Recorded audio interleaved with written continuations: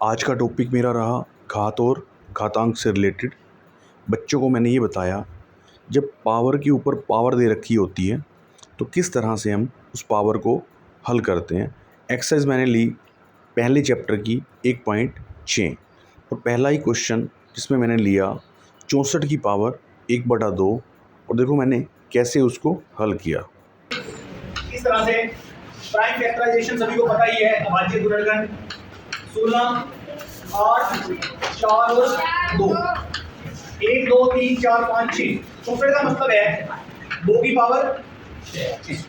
तो क्वेश्चन बन गया हमारा 64 की जगह लिखा रहेगा 2 की पावर 6 और उसकी पावर कितनी 1/2।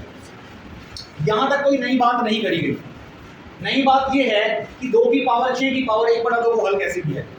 तो उसके लिए हमारे पास कंसेप्ट ये है कि जब 2 की पावर m की पावर n है तो उसको लिखा जा सकता है 2 की पावर m है। पावर के ऊपर जब पावर होती है तो पावर्स की मल्टीप्लाई हो जाती है। यहाँ पर 2 बेस है, पहले 6 पावर है, उसके ऊपर पावर 1/2 है, तो पावर्स की मल्टीप्लाई कर दोगे 2 की पावर 6 की और 1/2 की मल्टीप्लाई से 3 रह जाएगा।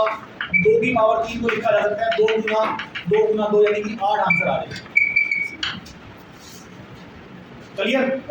ऐसे ही क्वेश्चन बनता है। सेकंड क्वेश्चन दे रखा है 32 की पावर 1/5, सेकंड पार्ट है। 32 की पावर 5 में से 64 को लिखा 2 की पावर 6, 32 बन जाएगा 2 की पावर 5 और उसकी पावर 1/5। फिर से वही कंसेप्ट लगेगा जो लिख के दिया है, 5 और 1/5 की मल्टीप्लाई होकर कट जाएगा, 2 की पावर 1 से हमारा उत्तर 2 आ जाएगा। किसी की भी पावर अगर 1 होती है तो अपने आप के बराबर होता है। अगर 2 की पावर 1 है तो 2 होगा, 3 की पावर 1 है तो 3 होगा, 4 की पावर 1 है तो 4 होगा, तो 100 की पावर 1 है तो 100 होगा। क्लियर यहाँ तक? अब तीसरा जो क्वेश्चन है, इसी का तीसरा पार्ट है, वो ये है 125 की पावर 1/3। 125 की पावर कितनी 1/3। तो यहाँ पर याद रखना पड़ेगा कि 125 की प्राइम फैक्टराइजेशन या अभाज्य गुणनखंड क्या होते थे। तो 5 गुना 5 गुना 5, 125 के 1 टुकड़े होते हैं, तो ये बनेगा 5 की पावर 3, ऊपर पावर है 1/3, 5 की 3 और 1/3 की मल्टीप्लाई, 3 से 3 कट गया 5 की पावर 1। अभी बताया था कि किसी की भी पावर अगर 1 होती है तो अपने आप के बराबर है। 5 की पावर 1 किसके बराबर आएगा 5 के। 5 के, ये हमारा आंसर है। सेकंड क्वेश्चन में 4 भाग है हमारे पास, एक ही बारी में चारों पार्ट्स हल करते हैं।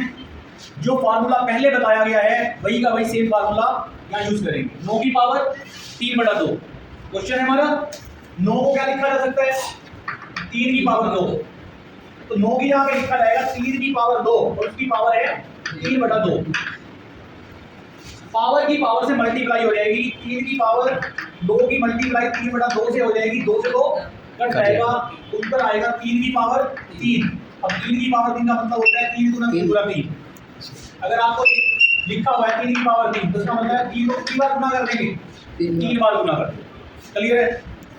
32 की 2/5, अभी 32 को हमने लिखा था 2 की पावर 5 लिखा था ना, फिर से लिखते हैं 32 को क्या लिख देंगे 2 की पावर 5 और उसकी पावर कितनी 2/5। सेम रूल लगाएंगे, पावर पे पावर है, पावर्स की गुना हो जाएगी। ठीक है, 2 की पावर 5, 5 की 2/5 से गुना, 5 से 5 कैंसिल, 2 की पावर 2 उत्तर आएगा 4। क्योंकि अभी सिखाया गया कि 3 को की पावर 3 है तो 3 बार गुना, 2 की पावर 2 है तो 2 अपने आप से 2 बार गुना। अब 16 की पावर 3/4 कैसे हल करें। 16 2 दूनी 4 दूनी 8 दूनी 16, 2 की पावर 4, 2 की पावर 4, उसकी पावर 3/4, 2 की पावर 4 की गुना हो जाएगी इससे 3/4 से, 4 से 4 कैंसिल, 2 की पावर 3, 2 की पावर 3 को 2 गुना 2 लिखेंगे, 3 बार लिखेंगे, उत्तर आ जाएगा 8। 6 नहीं आएगा, 8। 2 को 3 से मल्टीप्लाई नहीं कर रहे हैं, 2 को अपने आप से 3 बार मल्टीप्लाई कर रहे हैं, ये मतलब है 2 की पावर 3 का। Yes sir.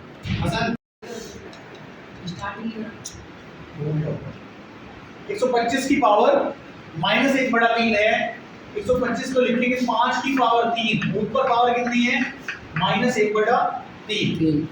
अब 5 की पावर 3 को मल्टीप्लाई करेंगे -1/3 से, 3 से 3 कट जाएगा, 5 की पावर -1 आएगा उत्तर।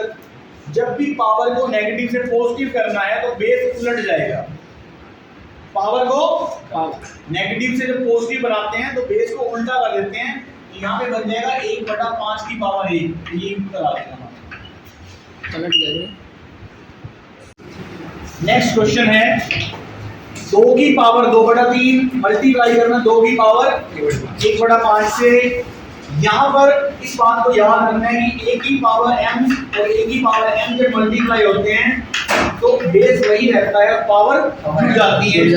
यहाँ पर दोनों का बेस 2 है, ये वही का वही रहेगा। 2/3 को और 1/5 को हम जोड़ देंगे, ठीक है।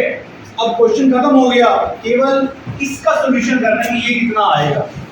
5 दूनी 10 और 3 13/15, ये इधर आ रहा है 2 की पावर 13/15, ठीक है। जोड़ना सभी को आता ही है। 5 और 3 का उत्तर आ गया 15, 3/15 5 3 10 5 3 15 3 एकदम यहाँ आ गया 10 और 3 13/15 बन जाएगा। 2/3 और 2/5 का जोड़।